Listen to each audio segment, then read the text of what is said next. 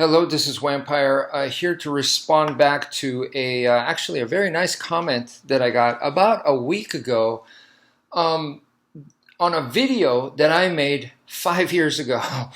Okay, so the actual video that I made was in response to a Krav Maga video that I had seen, and someone told me like this is the best knife defense or something along those lines. So I went and watched the instructional video, and pretty much it looked like I agreed with most of the material that I saw. My main thing at the time, I would say, was that what the guy showed, and I don't remember that video at all. So the video that I saw, the Krav Maga video, I don't remember at all. But what I saw, at least what I'm saying in my video, is that the guy presented very specific techniques to a situation, which is a knife attack, right? And so the guy showed you step by step, these are the moves that you do.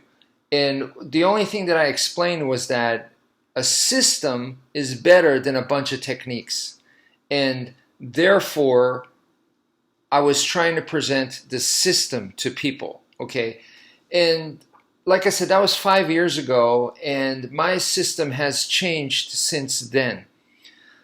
At that time, my blueprint was already made, okay? So it's just stuff that I've been working on all these years. So this is 5 years. And even before the 5 years mark, I could tell you, back in 2006, my blueprint was already done at that time.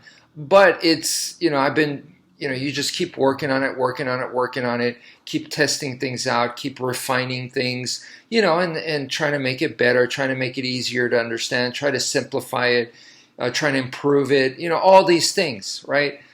So it's changed is I guess my point right here. And I'm trying to do an update video on that. So first off, against the knife attack, my system is made up of 3 parts, okay? 3 simple parts, okay? As simple as in simple to remember. I'm not saying it's simple to defend against the knife. I'm saying it's easy to remember, and that's exactly what you need in a real-life situation. If it's complex, it's not going to come out. I need easy access. So those 3 steps, right? And I'm pretty much the idea there is the same. But I'm going to start with, it's number 1 is we need to defend against the actual attack, all right? Even if you use awareness, there's a chance that they're going to pull off the first strike first. They're going to attack you, with their knife. They're going to swing, or they're going to try to stab you, or they're coming after you. So they're making the first move. So what we need to do is defend against that. That's number 1, okay? I don't want to, but I think it's realistic to assume that they're going to get that first move in before I do, okay? So that's number 1, even with awareness, okay?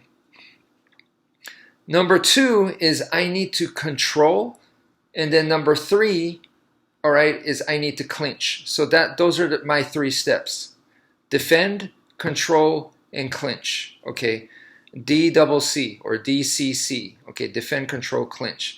And what's important here is these 3 steps is based off of my notes on Captain Fairbairn's method from the World War II combatives method, that the guy was an innovator at the time, he devised the close quarters combat, and I mean there's all stuff that you could look up on, but in my opinion he also had 3 steps, and this is not written, he never said this, but this is from my study, what I could tell is he had 3 steps, and his 3 steps were very, very, very offensive, because World War II, it's designed to attack, it's designed to kill people, right? So that's why it's extremely offensive.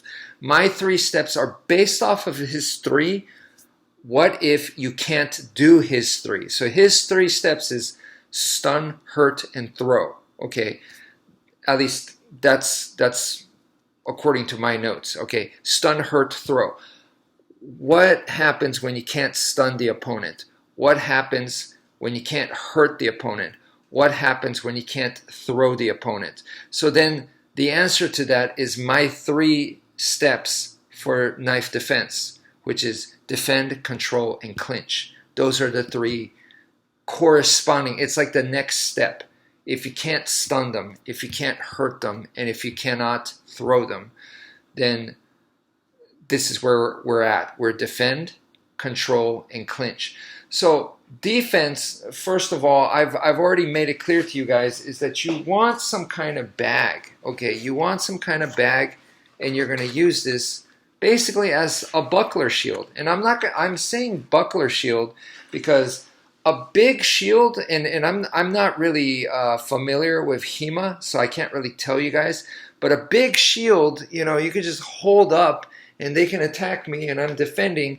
And obviously, this is not going to fly if I'm empty-handed, or if I have a small shield, or if they have a knife, or you know. And so that's why I don't like to make that kind of comparison. I say buckler shield because it's small, and if all I did was this, what are they going to do? They're just going to go around it and stab me here or cut me there. So I have to be accurate with this thing.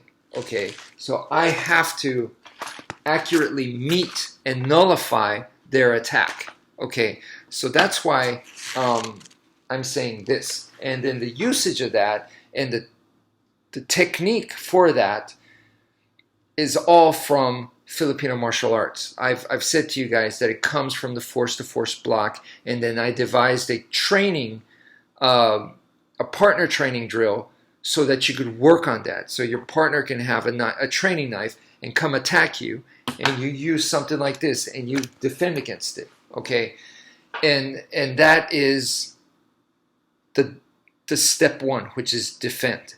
And I've tested this with my students many times. We've changed items, so it's not just knife. We changed with, something longer. It doesn't have to be this, baseball cap or empty hand, or if I had something more like a stick. We tried all those different things, okay? Or what if I had a knife to defend, okay? So it's the same idea. It's one system, so just keep everything simple. Once again, the origin comes from Filipino martial arts, and we're doing the same thing. The defense technique, I call it the diamond defense because it's a diamond shape, and it's a big diamond in front of me, and whatever comes at me, I'm using one side of the diamond to defend. So this is one side, this is another side, this is the lower side, and this is the other lower side. So 4 sides to a diamond, and I'm doing one of those 4 to protect myself. Okay, so anyway, that's number 1. Step 1 is defense. Okay, that I didn't cover in that that video that I made 5 years ago. I immediately went into step 2, which is control. And in that video, okay, so what the Krav Maga instructor apparently did was he crossed his arms and did it like a double forearm attack to the guy coming in with the knife, and he did that to the forearm, okay, of the bad guy. And I could tell you right now that from the experimenting and the testing that I've done with my students, believe me, this happens where my student comes at me with a knife and I block it with this, and it's on their arm, right? Rather than on the weapon, it's on their arm. And when it gets on the arm, I could tell you, that means it's very close. The blade becomes very close to me, and I don't like that, I'll tell you. So you actually want to prefer to do it onto the weapon. If you're doing this to their arm, you better really be in good control. As in, you can time it, you could see their movement, you feel good, you go, oh man, I could counter this guy. Okay, you're setting him up now. So unless it's something like that, I really don't recommend it. Okay, so for him to be doing this onto the forearm, and in Filipino martial arts, they do teach forearm to forearm, And what I'm here to say is it's not that it's wrong. No, it's not wrong. But I will tell you, it's very risky, and this is like a last resort kind of thing. So in your mind, you could learn a lot of techniques. You can learn from Krav Maga, Filipino martial arts. You can learn from other different places. You got a bunch of info, and if you don't know how to put it together, then it's just a bunch of info, and it can confuse you. So what I'm here to do is to clarify. That's why 3 steps, okay?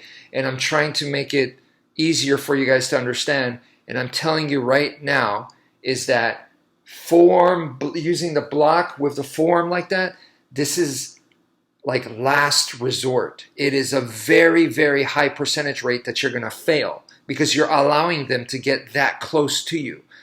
You don't want that. And distance, yes, is huge. You want as much distance as possible from the bad guy. But there comes a point where they're just too aggressive, too fast, or you were caught off guard or whatever, and now you're close in. And this is critical because once you get close in, you're closer with the opponent. That's when it's super dangerous. And at that point, I agree with Captain Fairbairn 100%. We want to skip medium range and go into close range, which is the clinch. But in order to do that, I have found from my testing is that you have to grab a hold of their arm, whether it's their wrist, the hand. Some people will argue about that. I don't even care at this point. If you can get it, you can get it. Sure, the hand, it makes sense. I know people have said you got to grab the hand because if you grab the wrist, they could still cut you up.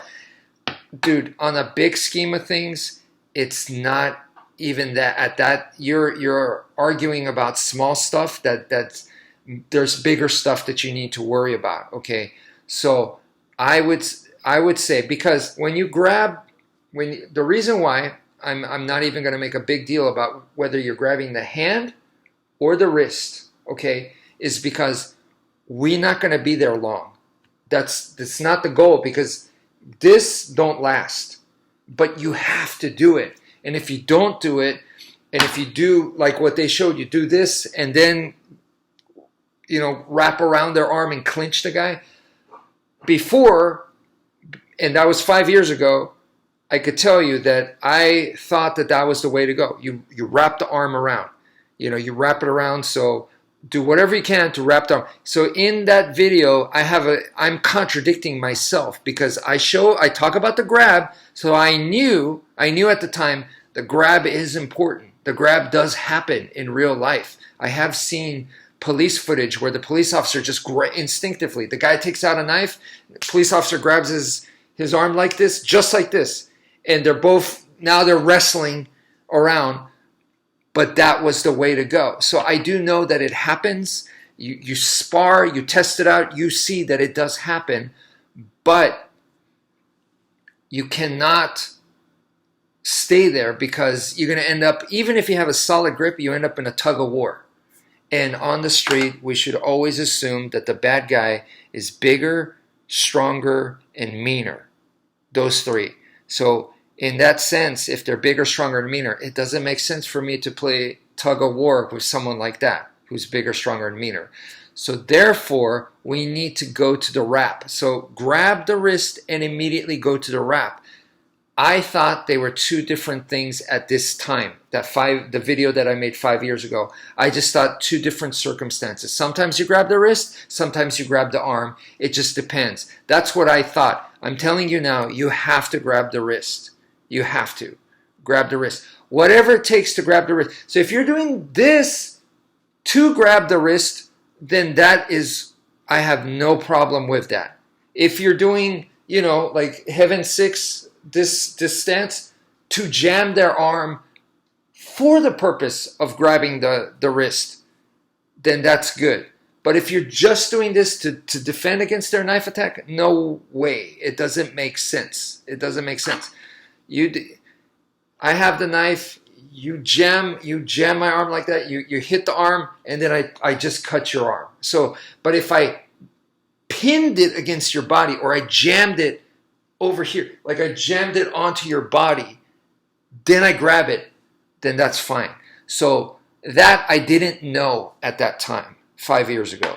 So now I'm making that very, very clear. Whatever it takes to grab a hold, you need control, because obviously if you don't control this, it's free to whatever. So it's free to attack me like crazy. So this makes it, now it's not free, okay? But like I said, this don't last. But look, from here, boom, and then I wrap it around. Okay, so I grab the wrist and boom. I immediately, see, I didn't know you could do that. That took a while for me to figure that out through testing. And so for a while, I could not solve. I didn't know the answer. I was like, you grab the wrist, you end up in a tug of war, you get to, and it's happened to me in sparring. I got stuck there with someone that's, weighs 60, 80 pounds more than me, and I'm there to tug of war. It's not a good idea. Yes, I was comfortable with grappling, but then do I really want to go to the ground here? And I did at the time because I didn't have any other tools. So I took the guy to the ground. Now I'm trying to do a knee bar, and I'm getting stabbed to bits. It doesn't make sense. Okay, I would have died, right? So I'm telling you guys right now, you grab, and you can go from the wrist grab to the wrap, emit that transition. You grab and boom, you could do that transition. I haven't seen anywhere on YouTube anyone talk about that or explain that or show that. As far as I know, I'm the first. Okay, and to me, that is, and you can call me egotistical or whatever, and I apologize for that, but that is exciting for me, is to be finding new things in the martial arts. And honestly, it's probably not new, okay, because martial arts and humans have been around for long, but for me to put it together like this in a clear, easy to understand manner, this is new. So that to me is what I'm doing. I'm not making a new style or inventing new techniques. It's to me how I'm putting things together. That's new, presentation wise. So anyway, because I feel like if you're good at this stuff, we're going to be similar, similar page. You have to, like I said, if you don't, then the only thing I could think of, if you're really good and you're not grabbing the wrist, but you could, defend against the knife, you must be incredibly amazing athlete. That just 99% of the population, they just can't keep up with you. Your reflexes, whatever it is that you have, and you're able to use that. But I'm not interested in that. I am interested in the average person like myself being able to successfully defend themselves. How? Using a well put together system. It's clear, easy to use. You don't have to be training for 80 years. You don't have to be super special. You don't have to be mega athletic. So that is what I'm trying to come up with. Okay. So anyway, so step 2 is control. Okay. You have to control the snake, so to speak. Okay. And then from there, like I said, from step 2, which is control, you go to the clinch. And the clinch, I said to you guys earlier that this is based off of Captain Fairbairn's method, my notes of Captain Fairbairn's method, stun, hurt, throw. Step 3 is throw, okay? I cannot throw this guy, but I don't want to be thrown either. What do? I go to the clinch. I know that sounds weird, right? You're going to go to the clinch with someone that's bigger, stronger, and meaner. Yes, because I'm not there to see who could throw who or who could, swing who around or pick them up. That I'm not playing that game. I'm going to be on them like a sack of potatoes. I'm there to, just make them carry my weight. Okay. And in the meantime, I've already wrapped their arm around and I am there to neutralize. I'm there really to do 2 things. Or 3 things. Sack of potatoes, make them carry my weight, tire them out. And while I'm doing that, I also want to mentally tire them out. So I will be verbally diffusing, okay, trying to encourage them to stop this madness, okay. So that's 1. Number 2 is neutralize this, or handgun, or maybe they just have a KO ability. Whatever it is, I want to neutralize that. And number three, the final one, is I'm hiding. Yes, I'm hiding. From what? I'm hiding from their attacks. So I'm taking cover by being close to them. Okay, so this is the same as a boxer's clinch. Okay, you tie up their arms, okay, so that they can't punch you. But in our case, this is the street, so we have to worry about headbutts, we have to worry about knees to the balls, we have to worry about eye gouges, we have to worry about biting. So I'm hiding from those things by holding on and trying to wrap up their arms and stuff and neutralizing them. Okay, so those are the three things that I'm doing. And this is another area that I've changed from that video that I made 5 years ago, because in that one I say, do whatever it takes, strike the guy, you know, we are isolating his arm, and you can hit him, you can knee him in the balls, you could. Now I don't agree with any of that, because if I could knee him in the balls, he could knee me in the balls. If I could hit him in the throat, he could hit me in the throat. I'm hiding.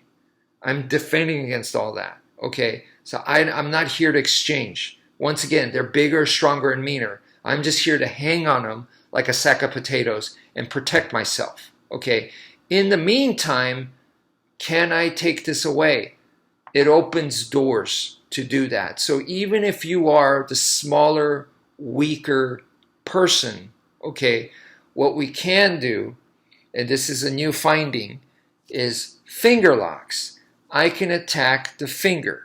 If I attack the finger, now it'll compromise. So if I can attack their finger, I can start to compromise their grip on the weapon. So whatever weapon it is that they have, if I start attacking their fingers, whatever they're holding, okay, I can start to compromise their grip, and I could take the weapon away.